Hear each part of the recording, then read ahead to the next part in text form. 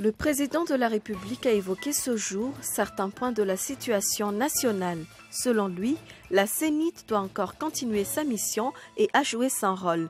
Les inscriptions au niveau de l'enseignement primaire seront gratuites, mais tout comme pour le problème des enseignants FRAM, on ne peut pas tout faire en une seule journée. Les patrons de presse du secteur privé uniront leurs forces dans le cadre du basculement vers la télévision numérique terrestre. Lors de la conférence de presse qu'ils organisent ce lundi, ils s'étaleront sur les conditions d'octroi des licences d'exploitation et la télévision numérique. Une réunion à huis clos a été organisée ce jour à Ivanj.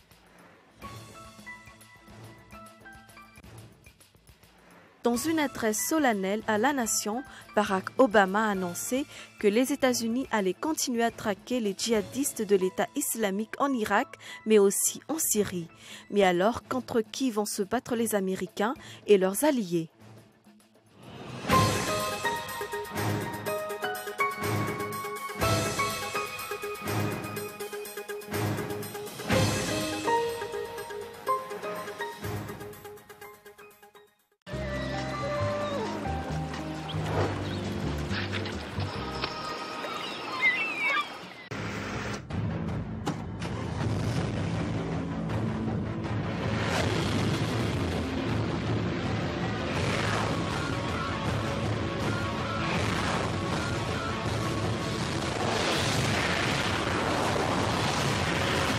Avec Premium by Jovena, roulez plus, dépensez moins. Puissance, fiabilité, confort, économie. Nouveau, taux de soufre réduit dans notre gasoil. Jovena, le plein d'énergie.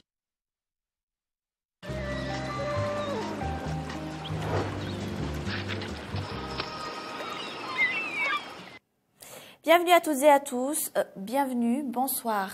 Le président de la République a évoqué ce jour certains points de la situation nationale. Selon lui, la CENIT doit encore continuer sa mission et à jouer son rôle. Les inscriptions au niveau de l'enseignement primaire seront gratuites, mais tout comme pour le problème des enseignants FRAM, on ne peut tout faire en une seule journée. D'un autre côté, Erazon Armapian insiste sur la nécessité d'un État stable où règne la paix afin de rebondir l'économie. Un garçon. Récemment, les bruits ont circulé comme quoi les inscriptions dans les EPP, écoles primaires publiques, ne seront plus gratuites à partir de la prochaine rentrée. Le président Erazon Armapian a démenti et a confirmé ce jour leur gratuité. Par contre, le problème des enseignants FRAM sera résolu par étapes, a-t-il ajouté. Concernant la situation politique, le président de la République n'a pas précisé si les élections communales se tiendront ou non cette année. Le chef de l'État souhaite seulement que la CENIT prenne encore ses élections à sa charge. D'après cela, les travaux de la Commission électorale nationale indépendante pour la transition ne s'achèvent donc pas avec les dernières législatives. D'un autre côté, par rapport aux différentes manifestations dans tous les coins de la rue, le président Erazon Armapian a insisté sur la nécessité d'une conjoncture de paix. Les sujets brûlants n'ont pas été évoqués, télestages, bois de rose, grève au sein des universités ou l'attribution des marchés dans le cadre du basculement à la TNT, la télévision numérique terrestre. Les Émirats arabes unis investiront dans la construction de grands hôtels à Madagascar en 2015. 5 secteurs seront touchés par un fort renforcement du partenariat entre Madagascar et les Émirats arabes unis. Les investissements, le transport aérien, le commerce et surtout le secteur touristique. L'ambassadeur des Émirats arabes unis, Essa Abdullah, a rencontré ce matin la ministre des Affaires étrangères, Azaf Chimar Soulal. La chef de la diplomatie malgache est invité à la grande réunion des Émirats arabes unis au mois d'octobre. Les explications.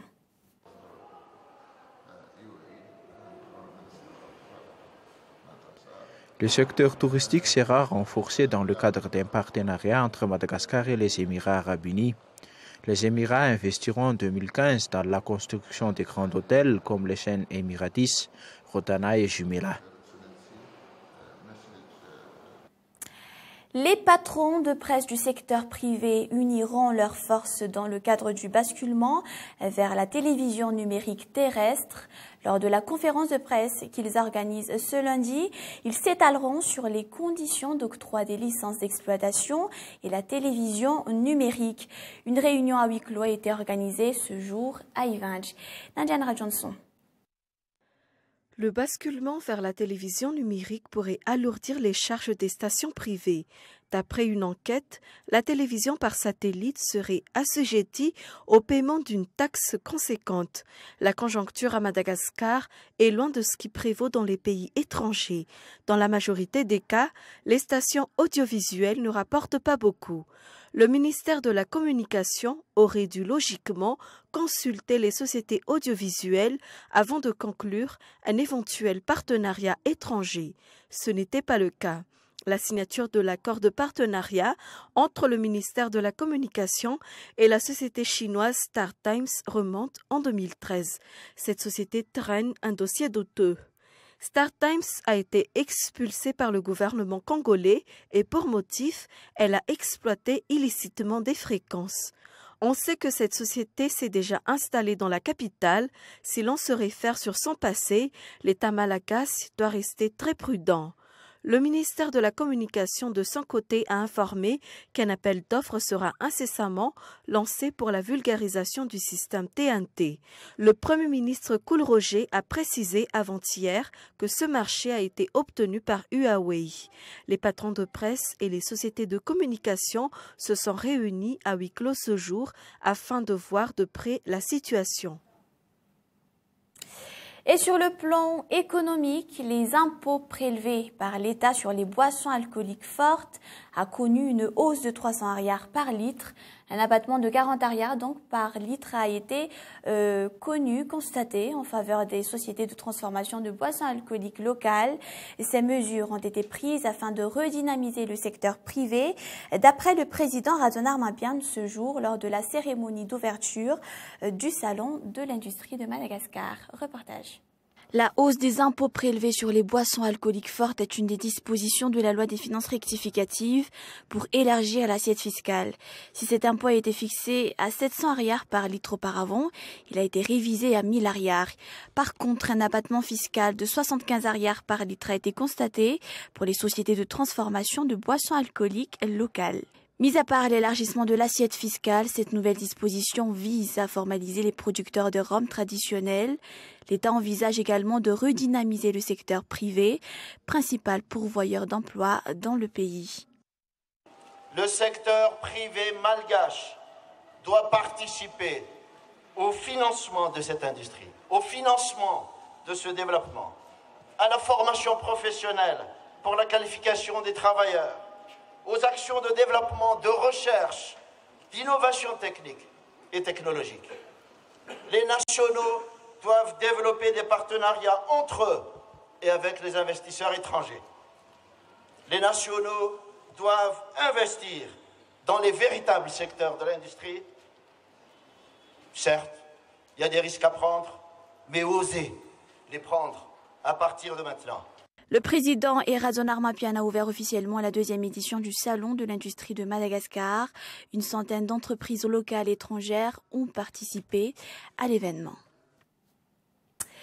À Madagascar, un tiers des ménages sont sous-alimentés. L'éradication de la malnutrition ne sera effective qu'à long terme, d'après le programme alimentaire mondial PAM. Le gouvernement japonais a octroyé un financement à hauteur de 2,2 millions de dollars afin de lutter contre la malnutrition qui sévit dans la partie sud de l'île. Zora Koutinjin. 4 millions de personnes souffrent de malnutrition à Madagascar. La partie sud de l'île, notamment les régions Atsimuanjefan, Androui, Anous et Atsimotsinanan, est la plus touchée. L'autosuffisance alimentaire est encore un objectif lointain selon le programme alimentaire mondial. Le problème, c'est certains groupes de la population. Et donc, nous avons calculé ensemble le PAM, le Programme alimentaire mondial, et l'FAO, que selon une étude qui vient d'être faite le mois d'août, donc pas sorti officiellement encore, et que 36% de la population est en sécurité alimentaire. C'est-à-dire qu'il y a presque plus d'un tiers de personnes de Madagascar qui ne mangent pas à leur faim. C'est ça le vrai problème. C'est une combinaison de disponibilité et surtout de l'accès à cette nourriture. Dans la mise en œuvre de la lutte contre la malnutrition, le gouvernement japonais a alloué un financement à hauteur de 5,17 milliards d'ariary. Ces aides budgétaires ciblent principalement la population de la région d'Atsimuandjefan. L'UNICEF prendra en charge la gestion des 3 milliards d'ariary. Quant au reste, son administration revient au PAM. Qui a pour objet d'aider la population en situation d'insécurité alimentaire. C'est à travers la distribution de vivres dans les régions exposées aux sécheresses, aux cyclones et inondations. Une autre contribution à travers l'UNICEF est pour les projets de nutrition, santé, eau, hygiène et assainissement. Le financement émanant du gouvernement japonais sera débloqué à partir de ce mois d'octobre. Près de 475 000 enfants bénéficieront d'un soutien alimentaire par le biais de l'UNICEF. Et nous allons poursuivre ce journal avec les actualités internationales. Dans une adresse solennelle à la nation, Barack Obama a annoncé que les États-Unis allaient continuer à traquer les djihadistes de l'État islamique en Irak, mais aussi en Syrie. Mais alors, contre qui vont se battre les Américains et leurs alliés qui sont derrière la terreur en Irak et en Syrie? Comment expliquer leur victoire militaire? Tout de suite, le reportage de France 24. Faire renaître au XXIe siècle le califat datant du 7e siècle, telle est l'ambition de l'organisation de l'État islamique.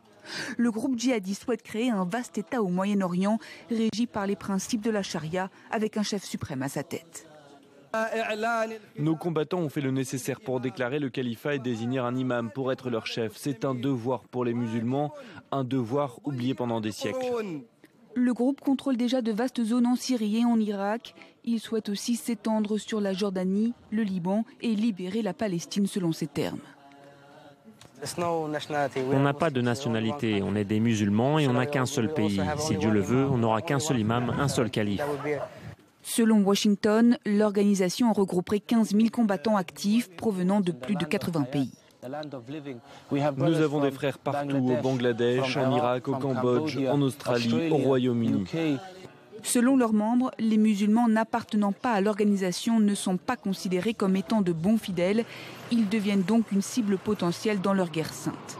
Une idéologie rejetée en bloc par les hautes autorités de l'islam. C'est douloureux de constater que des crimes inhumains sont commis au nom de l'islam, qui est une religion qui prône la paix et le pardon. L'organisation de l'État islamique dispose de financements importants et maîtrise les réseaux sociaux pour relayer sur Internet ses actions ultra-violentes. Une propagande payante pour recruter de nouveaux combattants. L'autre menace terroriste vient de Libye. Le pays est plongé dans le chaos, déchiré entre milices rivales. Regardons ce reportage de France 24. Voici la route de Rijvana, ou comme certains habitants l'appellent, la route de la mort.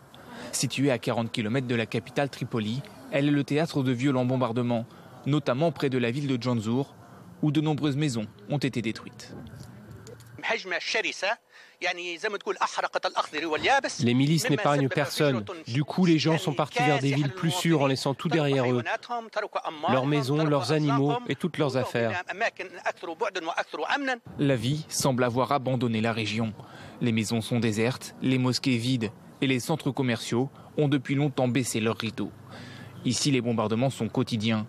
Ali Saleh a lui dû fuir son domicile depuis plus d'un mois sans pouvoir rentrer chez lui. Ils ont des missiles Grad, Hauser et une très lourde artillerie. C'est inconcevable. Cela fait 40 jours que j'ai dû partir de chez moi. Les habitants de Rijvana sont accusés par les milices d'être des pro-Kadhafi. Mais après un tour dans la ville, ce n'est pas le drapeau vert de l'ancien régime libyen qui flotte au-dessus des maisons, mais bien celui de l'indépendance. L'hôpital El Zahra, le seul de la région, n'est pas non plus épargné par les bombardements. Malgré la peur, le personnel tente de faire son travail. Mais médecins et infirmières doivent faire face à une grave pénurie de médicaments et de matériel médical. d'accident. On manque de tout, de matériel, de médicaments. Toute la journée, on entend les explosions autour de l'hôpital et de la ville. Une situation symptomatique de ce qui se passe partout en Libye. Depuis la chute de Mouammar Kadhafi en 2011, les autorités n'ont pas réussi à rétablir l'ordre et la sécurité dans un pays en proie à des combats meurtriers entre milices rivales. Restez avec nous, l'émission Mekamag, juste après ce journal, suivi toujours de 2 films, un film fiction, Total Recall, et un film fantastique, plus tard dans la soirée, Ghost Rider. Ainsi s'achève cette édition. Merci à vous tous de votre fidélité à Cool TV. Prochain rendez-vous de l'information demain à 20h30. Bonne soirée, au revoir.